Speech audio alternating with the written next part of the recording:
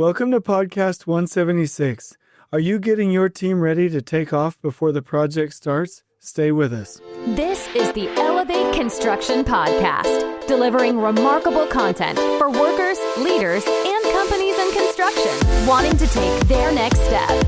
Get ready to step out of your comfort zone with Jason Schroeder as he encourages you to do better, live a remarkable life, and expect more. Let's go. Welcome, everybody. Today we're going to talk about the team kickoff.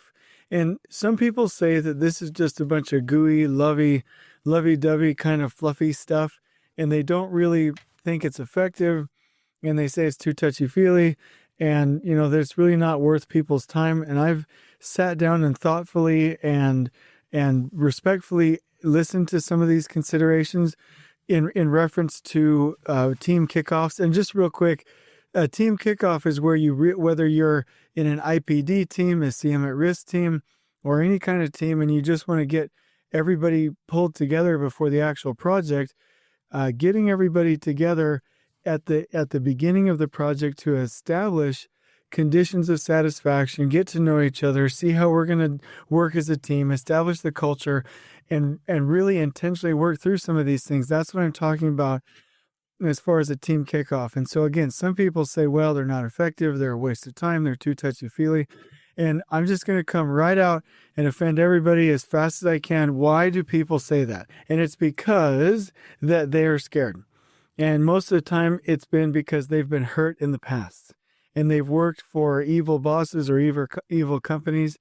And when we do these team kickoffs, these sessions, and this team building, we're essentially asking them to put their guards down and to tear down their walls.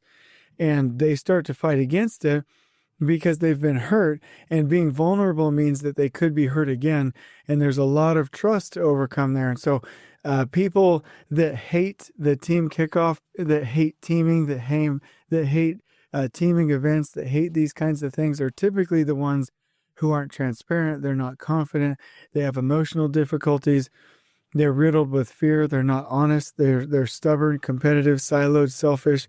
And so be very, very cautious about a person who doesn't want to do team building, who doesn't want to do a team kickoff, who thinks all this stuff is fluffy, touchy-feely, and too much on the side of being ineffective. Because really, when you think about it, there is no technical expertise. There is no operation. There are no operations. There are no skills. There's nothing from a logical mental standpoint that will work without a good team. And teams don't work based off logic.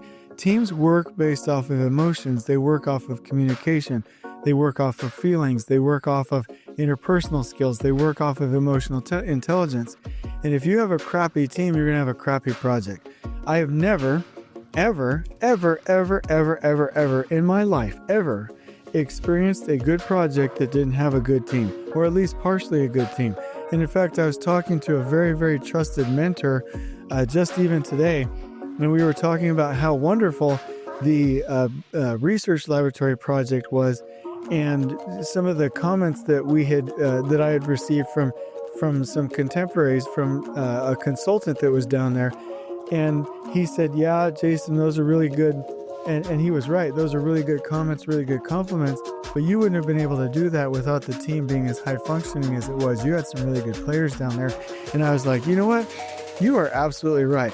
If you have a good team, you have a good project. And there's just no way to do it any other way. And I would say at that research laboratory, not only did we have some good project management team players, but we had good trades, we had good workers. We had a bought-in set of designers. We had a good owner. We had a good owner's rep. Everything made it work, right? So teamwork makes the dream work is the cliche saying that we always hear, but that's real. And so that's what we're going to talk about today. But one thing that I want to kick off with as we open this podcast is a reminder from a previous podcast, and I want to make sure that it sticks and that it didn't get lost in the 176 podcasts. And that's the concept that there are three things that a team needs to be successful.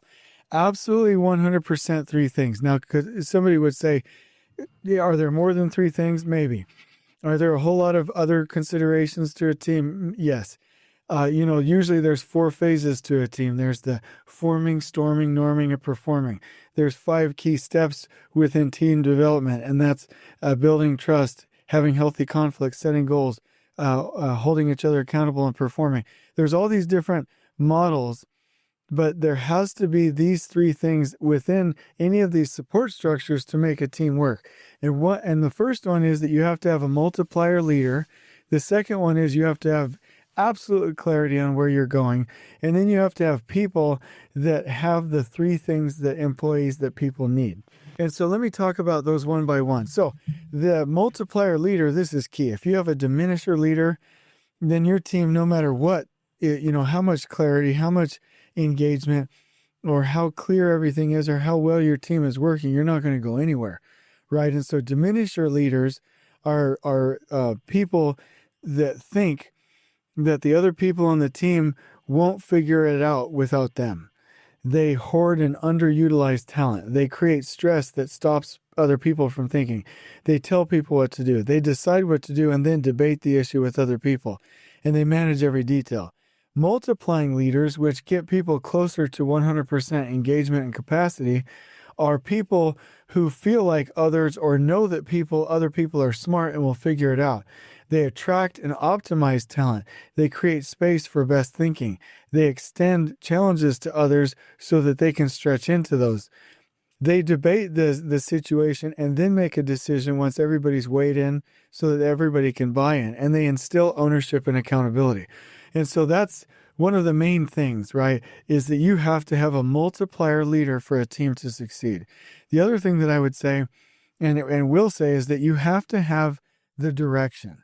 I really like the alignment documents, and if you ever need one, you can let me know. I'll send it your way, where you identify what is your big, hairy, audacious goal?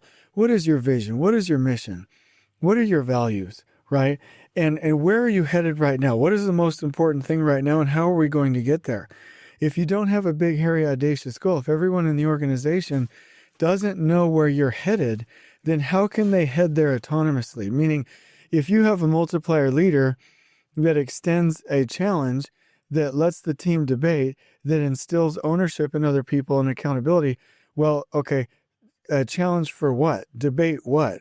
Accountability for what? You have to make sure that big, hairy, audacious goal, that direction, the vision of where you're headed, is clearly defined. And let me go on just a quick rant here. There are some people, because it's kind of cliche right now, that like every good business book has, decide on your mission, your visions, and your values, right? Or what is the purpose of your company? What is your tagline? What are your core values? And they kind of make fun of that and discount it a little bit. But the best companies I've ever been around have a clearly defined purpose, have a clearly defined mission, right? Clearly defined. And I'll reference one of my favorite companies one more time, DPR Construction. You can quickly know exactly what they're all about. DPR exists to build great things. Their core values are integrity, enjoyment, uniqueness, and being ever forward. Their purpose is clear, their core values are clear, and then their mission to be one of the most admired companies by the year 2030 are vivid descriptions of how they are going to win. And when I worked there for 4 years and had an absolutely fantastic time, everyone knew exactly where they were headed, what they were doing, and what they were expected to do. And so if you have multiplier leaders, now you know what the challenge is. Now there's a space for you to grow. Now you have talent that can be bought into where you're headed. Now you can debate things and decide together based on where you're headed. Now you can instill ownership. Now you can hold each other accountable. So if you don't have that clarity of where you're headed, then the team's not going to succeed. And then if you have the right leader, if you have the right mission, then you have to have the right people. And you have to hire the right people, but really the most important thing is that you have engaged people. And engaged people have relevance, they have measurement, and they have connection, meaning they know how they're relevant to the overall mission. And even right there, how can somebody feel like they're relevant if they don't know where the company's headed, right? Okay. And then measurement, how do they know daily what winning looks like and if they're winning? And do they have somebody within the organization that knows them personally? And so that's just a quick reminder there. And if I have some neat graphics here if you ever want it. And then that clarity and alignment document, I absolutely just think that tool is fantastic. And you can always reference Patrick Lencioni's book, The Truth About Employee Engagement, if you want to get your employees to where they're at full or as close to full performance as you want. Now, so that's a little reminder. Now let's go into the second part. What am I excited about in life? I wanted to share this with you, and I will. My Audible stats. If you have Audible, you probably got a cool little email like I did, and it says Jason's 2020 Audible stats. And it says, I started with The Courage to Be Disliked. That's a book that I was listening to, and listened to 69 titles for a total of 141 hours of reading. And I was like, woo, that is stinking cool. I really like that. That's 69 books, 69 titles that I read this year. And, actually a couple of those might be my wife. I don't know if it's 5 or 10 or what it is, but that's a lot of titles. And I'm proud of myself because I'm getting closer and closer to that book a week that I really want to do to sharpen my mind. And so that's what I'm excited about. I want to beat that next year in 2021. And I want to get somewhere up to like 100 titles next year or more, because the amount of books that I read only adds value to everybody else that we're influencing on a day-to-day basis. And there's no reason for us to suffer through sad experience when we can learn from wisdom. So here's a couple more things before we get this podcast kicked off. Talk about our listeners. So here's one. I've been enjoying your podcast for a little while, and since I have a little bit of a slow week, I'm just doing some research into your company and the resources available. Congratulations on the new job. I signed up for your free membership, and I'm looking forward to the new content. I will be ordering your superintendent's book when it comes out on Audible. I appreciate your passion and your mission to improve the people and the industry. And so I really appreciate things like this. This was a really nice, kind note. And it brings a payday to me because I really appreciate the fact that we're making a difference in people's lives. So I'll answer one more time. What do I see changing in the construction industry? And by the way, this was a question from one of our listeners a while back. And instead of just answering it once, I figured I would just put it in my outline and attempt to answer it every time. One thing that I see changing in our industry is that we will see more and more things like the Project Kickoff.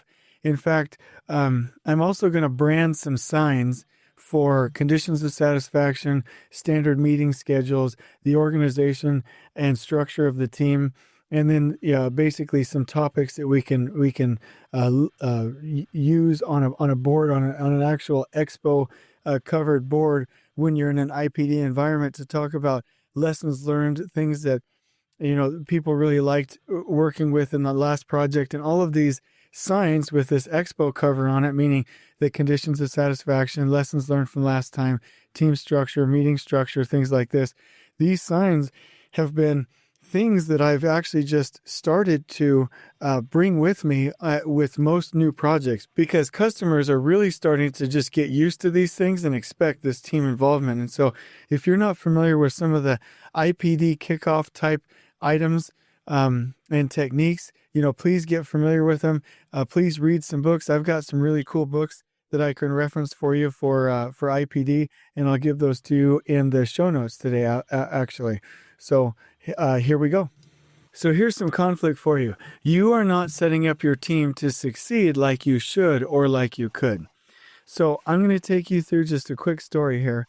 At the research laboratory, we did what, at the time when I was working with DPR, they called, and they had, we as a team, I didn't come up with the name, but they had coined, and I was a part of developing what they called the pre-flight kickoff. So they looked at the kickoff for the project as this pre-flight. You're in your cockpit doing your pre-checks, and you make sure that everybody's seatbelted, buckled in, then you take off, and then you're in the air, and then as a team, how do you deal with turbulence? And then for the project, how do you land it? It was a fantastic analogy.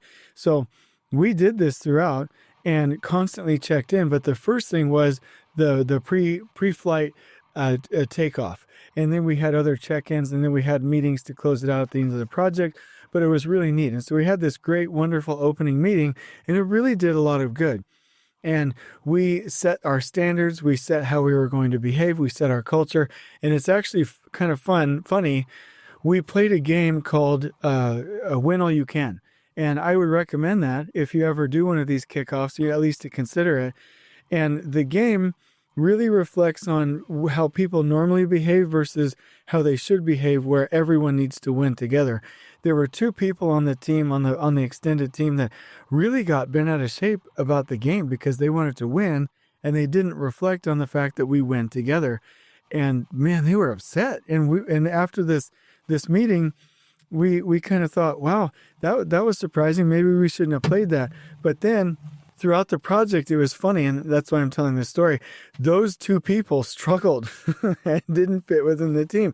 So it was like an indicator. I don't know if I would tell people that, but we knew, like from the beginning, hey, this is going to be our problem. These two are going to be our problem people, because that we need to bring in and help and support and love and insert or integrate into this culture, because they're more accustomed to winning separately instead of together. And so they became problems, and through some very good coaching, quite frankly, from the owner's project manager, they were able to get back to where they needed to be, and we all won together in the end.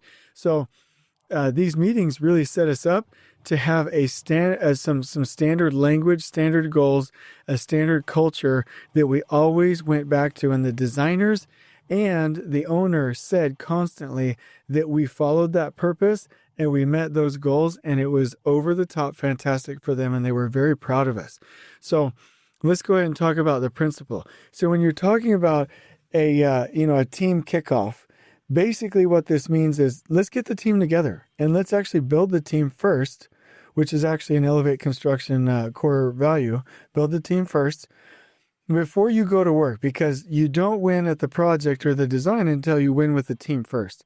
And so the team kickoff is about forming the team, helping them to get through the forming, storming, norming, and performing phase, to teach them and the team around, get them around the concept of building trust, having healthy conflict, setting goals together, which is actually what the meeting is for, holding each other accountable to that through the project, going back to that, and then performing as a team, which in this example we did, and initiating everybody and onboarding them.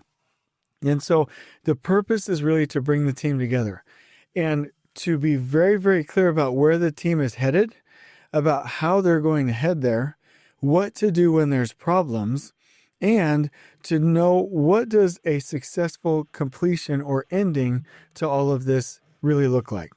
And that's really important. And I would just say, what better way to do that than one of these team kickoffs or these, the pre-flight takeoff, because clear is kind and unclear is unkind.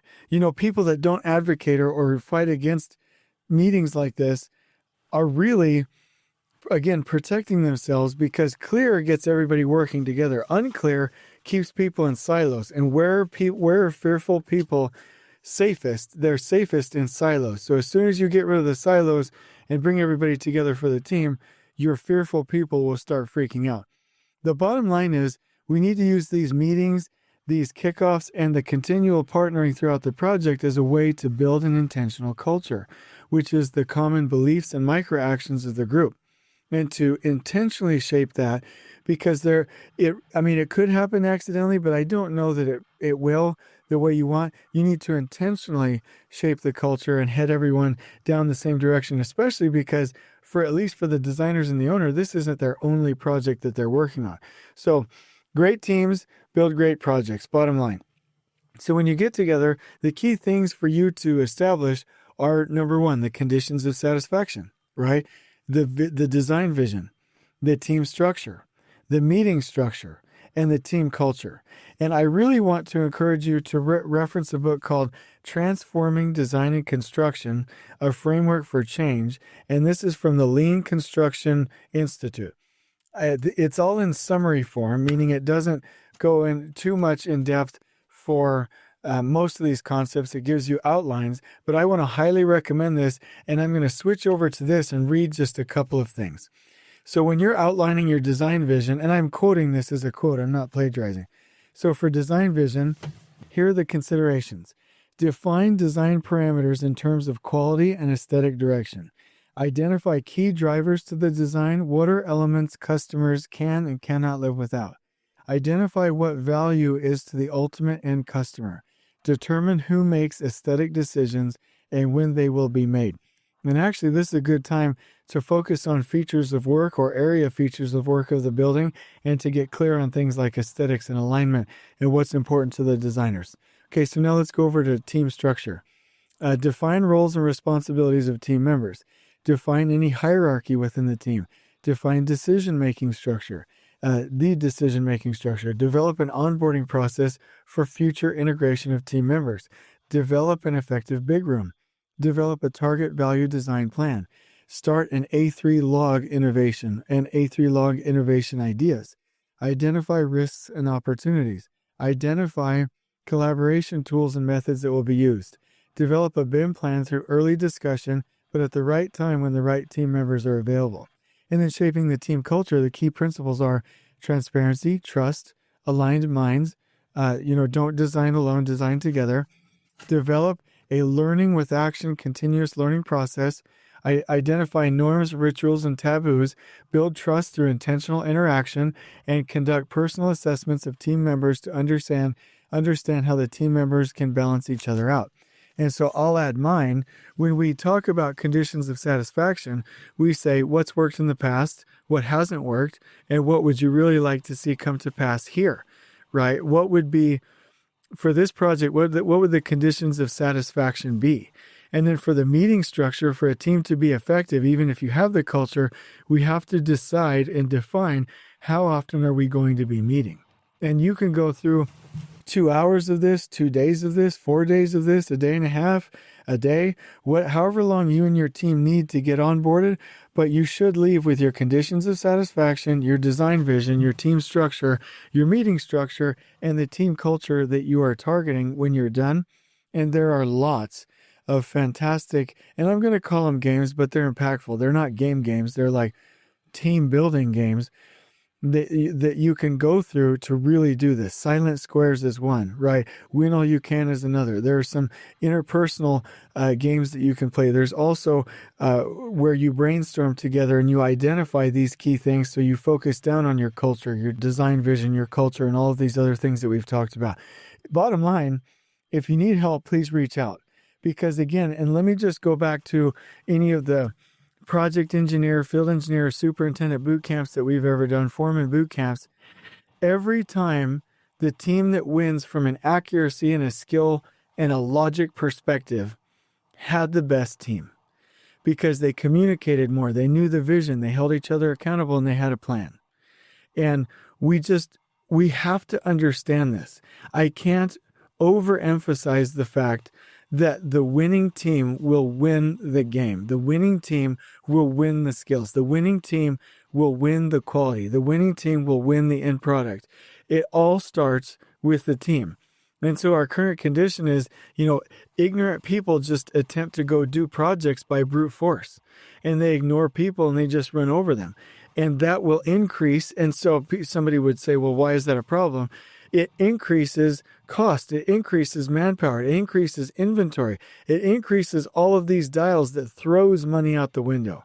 So my challenge to you is reach out to help, build the team first, and let's go ahead and make sure that is our focus, because if we build the team first, we've already started building the project. On we go.